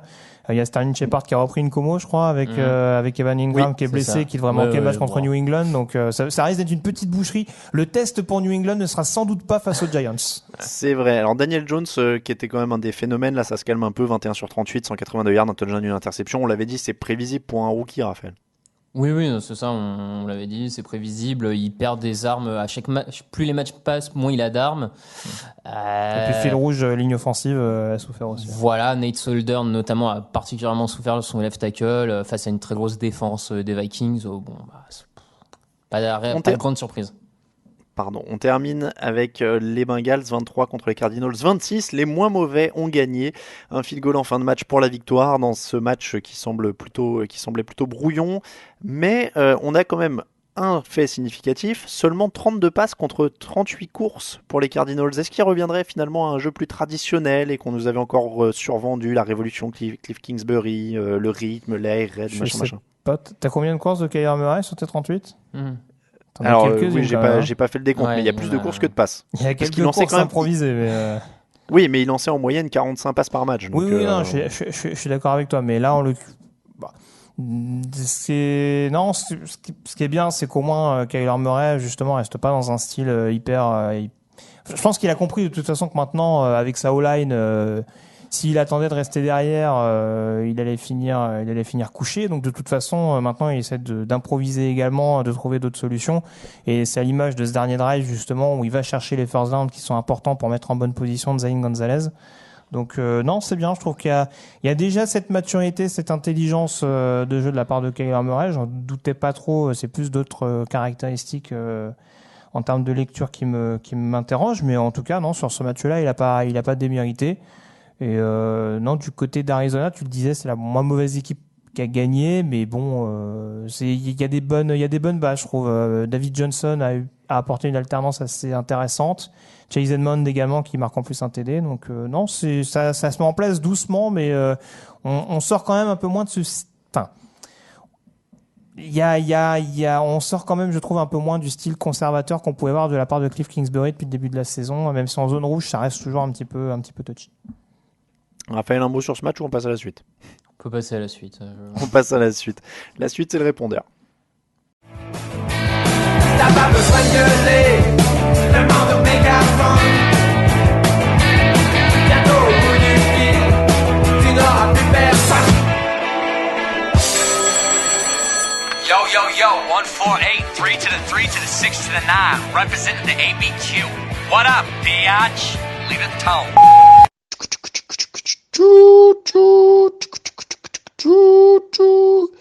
Bonsoir à tous, message en direction du Super Bowl, du départ du train Aaron Jones de Green Bay. Je répète, départ imminent. Michel pour Touchdown Actu et toute l'équipe. Les Falcons, c'est des clowns. La défense, c'est des clowns. Ce que vient faire Deshaun Watson, il perd le ballon, il le récupère, il gagne la première tentative pour finir ensuite dans les 5 yards. Enfin, sur les jeux d'après, c'est incroyable. Hello, c'est Bachi de Madagascar encore. Je suis dans ma voiture, dans les embouteillages, dans le fameux quartier d'Ambouzatou, vers Nalakel. Je me faisais une réflexion. Il y a 25% des yards gagnés hier soir, soit 3500 yards ou 3 km 100 et quelques, étaient des yards gagnés à la course. Alors, est-ce que c'est le retour de la course maintenant dans les nouveaux schémas d'attaque NFL ? Il me semble que les pourcentages étaient moins élevés, mais surtout, on occulte quelque chose d'important que je viens de remarquer. Est-ce qu'on peut débattre sur la défense des Patriots et en faire une des MVP de cette année ? Allez, on se quitte en musique. Bon, non, pas cette fois-ci, je sais, ça pique les oreilles. When the Saints go marching in. Salut. Hello la team, c'est Benoît de Roubaix. Gros supporter des Niners, mais là je dois dire, what the fuck, c'est quoi cette réception de Tyler Lockett ? Grandiose, mais si OBJ fait ça, ça fait le tour des réseaux sociaux. Allez, bon vent à vous. Salut à tous TD Actu, je vais garder secret mon nom, mon identité, parce que la question que je vais poser va sûrement provoquer quelques remous. Je voulais savoir, de par votre expérience, notamment au niveau des réseaux sociaux, si vous deviez faire un ranking en fait des communautés de fans françaises. Voilà, c'est au moins le top 3 et le flop 3, selon vous, et puis pourquoi. Voilà, comme vous faites des rankings sur à peu près tout ce qui bouge, autant en profiter pour le faire aussi sur les communautés françaises. Voilà, merci à tous, à bientôt. Alors messieurs, suite à ce répondeur, vous êtes inspirés. Quels sont les supporters les plus cool et les plus durs sur les réseaux sociaux ? On va se mouiller bien sûr. On est parti ? Alors, Raphaël, le numéro 1, c'est... le numéro 1 dans quel sens ? Vers le bas ou vers le haut Vas-y, il faut balancer un nom. Le numéro 1, c'est... Tu sais très bien qu'il attend le bas, je vais dire, c'est les Patriots.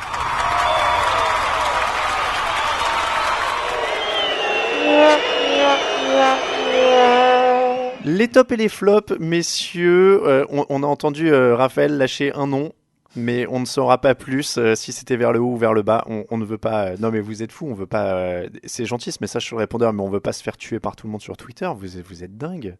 On va avoir des problèmes après tout ça. Messieurs, ou alors Raphaël, tu nous les fais dans tes tops et tes flops. C'est quoi ton top ? Non, mon top, c'est le match du jeudi soir entre les Rams et les Seahawks. On a assez l'habitude de dire que les matchs du jeudi soir sont pourris pour souligner quand...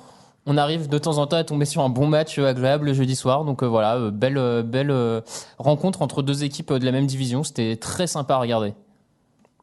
Grégory. Je peux difficilement, c'est dur à dire, ne pas parler de Christian McCaffrey et de son match absolument énorme contre Jacksonville qui remet Carolina. J'étais un petit peu moqueur tout à l'heure avec Kyle Allen et la comparaison avec Cam Newton, mais bon, McCaffrey joue un grand rôle justement pour faciliter l'intégration d'Allen au niveau de cette attaque de Carolina. Moi, je vais axer sur Londres, du coup. Top pour Tottenham, le stade, évidemment, qui est magnifique. Pour situer, alors, il fait 20 000 places de moins que Wembley, donc c'est quand même plus intime, autant qu'on puisse dire intime pour un stade de 60 000 places. mais alors, en fait, comme il joue beaucoup avec les lumières, notamment au moment des touchdowns, il y a des jeux de lumière, donc ça fait plus sombre, plus éclairé, etc. Je trouve qu'il y avait presque un côté salle de basket. C'est pour ça le côté plus intime, ça faisait presque un peu plus salle de basket. Et ce qui est très impressionnant, sinon, en plein jour et même pendant le match, c'est que la tribune, donc le virage, alors je sais plus s'il est à droite ou à gauche, mais il y a un des deux virages qui n'a pas de niveau.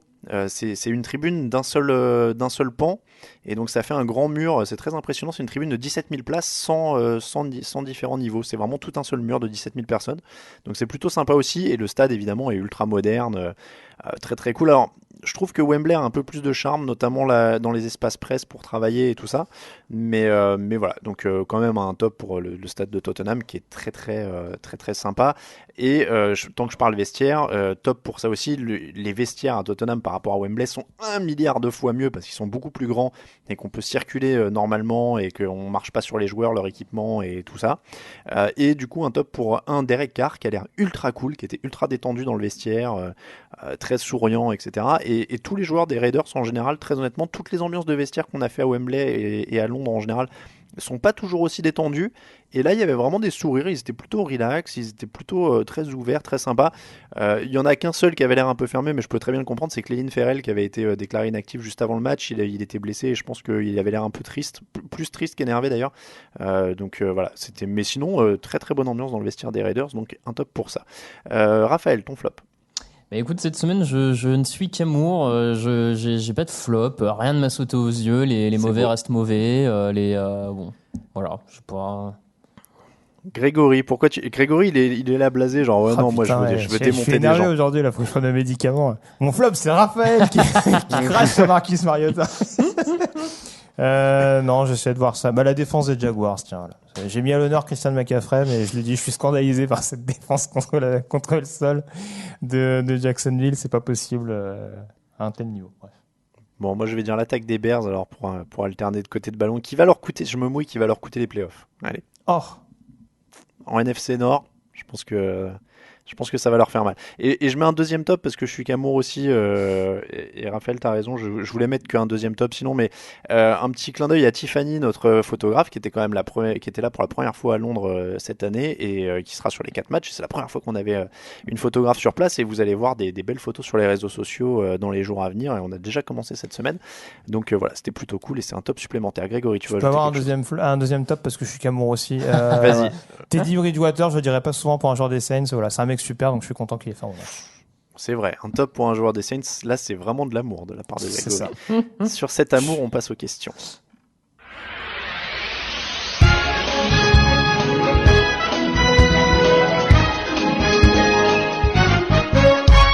Les questions de la semaine, messieurs, c'est parti, je les ai devant. Tiens, pour faire une sorte de tirage au sort, Grégory, donne-moi un chiffre entre 1 et 10. 7.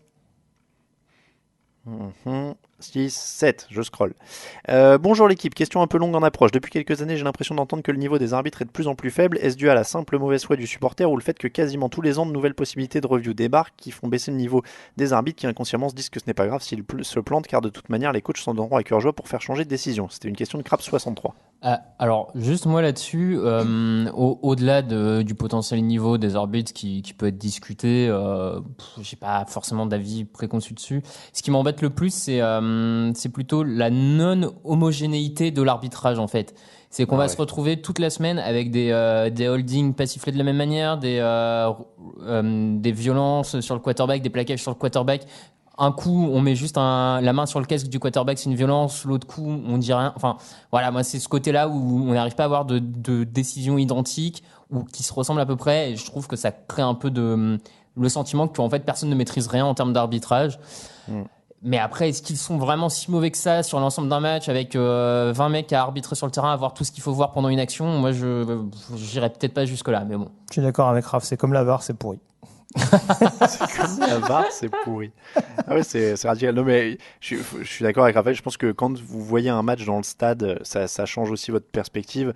Et là, je dis ça en spectateur lambda, hein, mais quand tu vois la vitesse à laquelle ça va, comment les mecs se vont dessus, etc., même avec plusieurs arbitres, c'est quand même tellement dur de garder l'œil sur tout ça. Non, mais c'est vrai que c'est surtout le roughing qui pose question, parce que c'est vrai que les flags sur les roughings, ça continue d'être quand même assez guignolesque, et ça frustre vraiment beaucoup, pour rejoindre ce que disait Raphaël, les fans, à juste titre. Mais clairement, hein, l'inconsistance dans tous les appels, de toute façon, on l'a vu sur les coups de casque, même, voilà, Earl Thomas n'est pas exclu quand il envoie Mason Rudolph j'allais dire à l'hosto, mais il n'est pas allé à l'hosto, mais quasiment.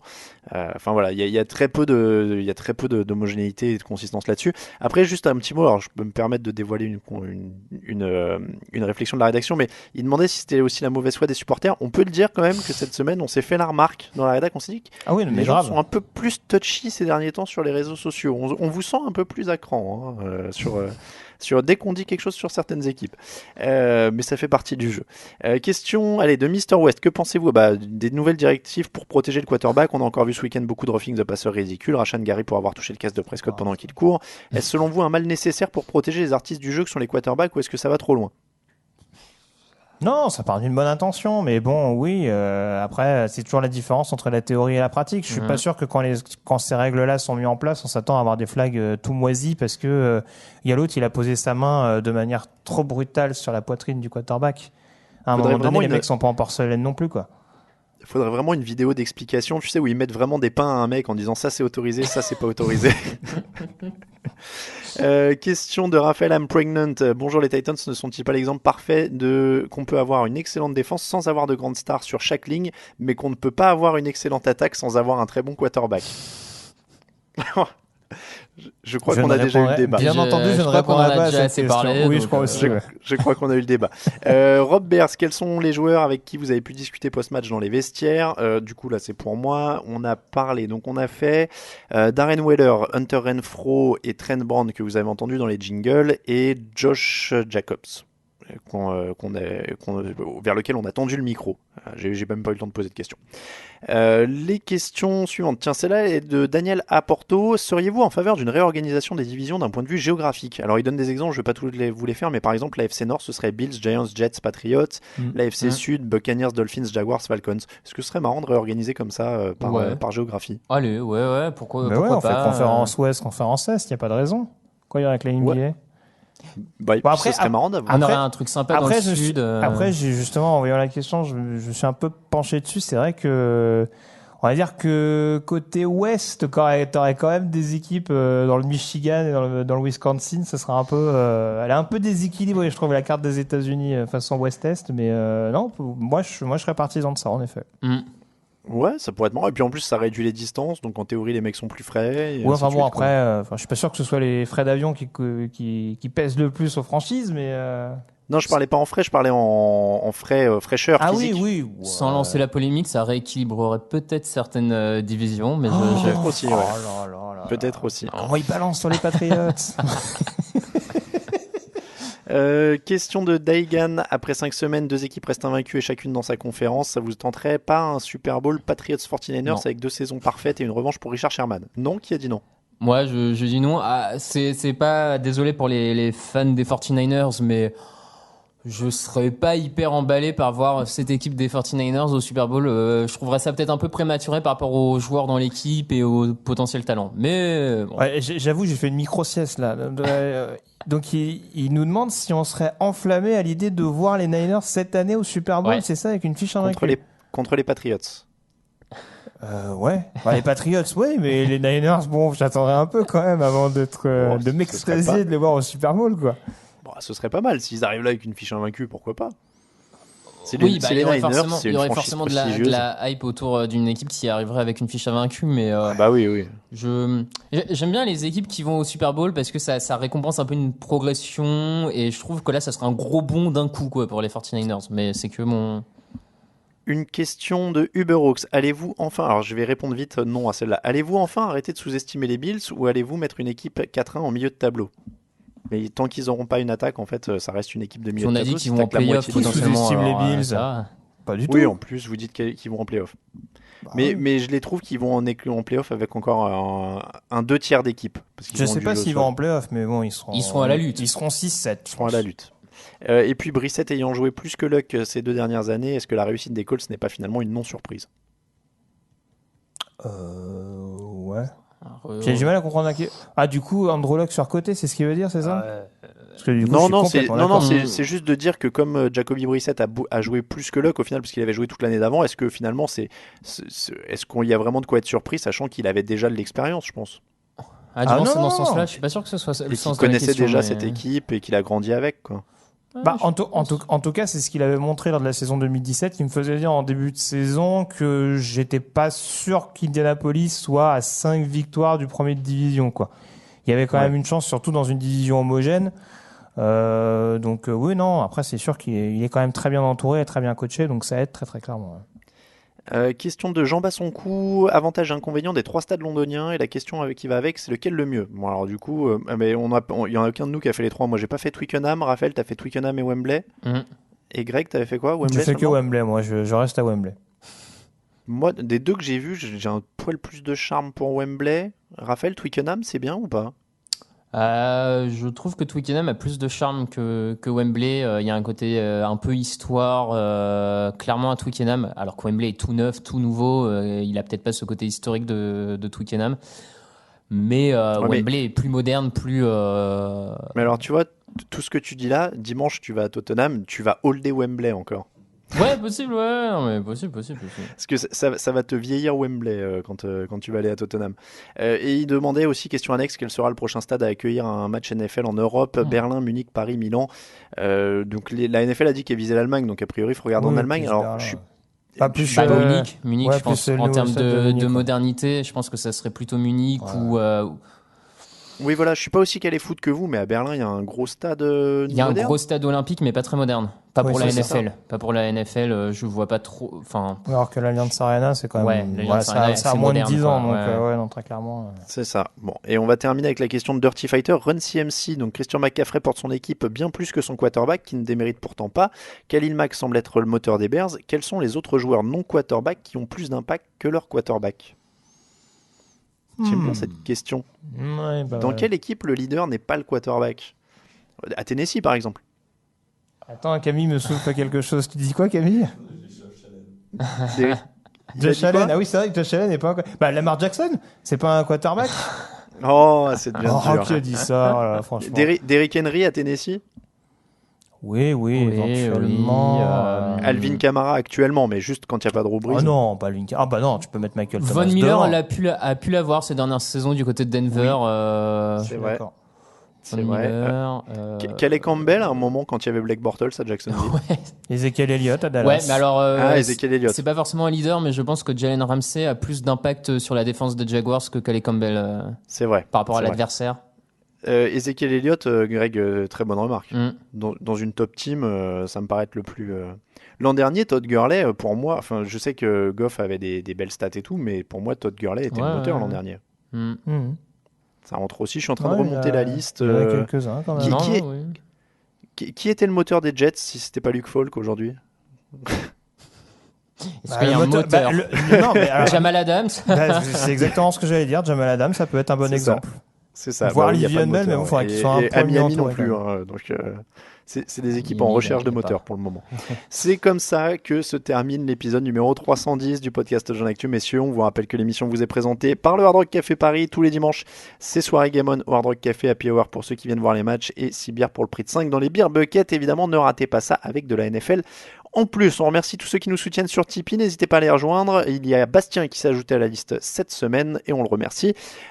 Pour nous suivre sur les réseaux sociaux, @TDActu sur Twitter, @TDActu sur Facebook et @JeanActu sur Instagram. N'oubliez pas, plein de belles photos qui arrivent.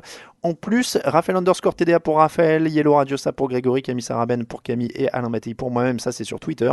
Et on vous rappelle que toute l'actu de la NFL, c'est sur tdactu.com. Merci beaucoup, Raphaël. Merci à vous. Merci beaucoup, Grégory. Toujours un plaisir. Je vais prendre mes médicaments, hein, je rassure les auditeurs. Mais non, tout va bien. Franchement, on n'a pas ressenti. On n'a pas senti que t'étais un peu aigri aujourd'hui. Mais non. Et puis merci beaucoup Camille Sarabène à la technique. On vous souhaite une très bonne semaine à tous. On se retrouve jeudi pour la preview. Ce sera Raphaël et Raoul, je crois. Non, je crois pas, mais non, tu crois pas? Mais c'est Raphaël. Comment? Bon, on vérifie, non? Je sais plus. On vérifiera le planning. Allez, on voit ça. En tout cas, vous aurez une émission jeudi, quoi qu'il arrive. Ne vous inquiétez pas. Et on vous dit donc à très bientôt pour plus de NFL. Ciao, ciao.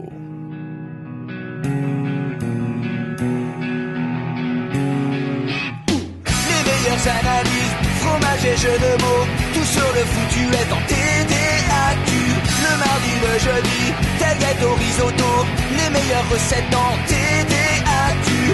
Fumble pour JJ Watt, Bismuth pour Marshall Lynch, Procast Global Beckham, Tom Brady quarterback, calé sur le fauteuil, option Madame Irma, à la fin on compte les points et on finit.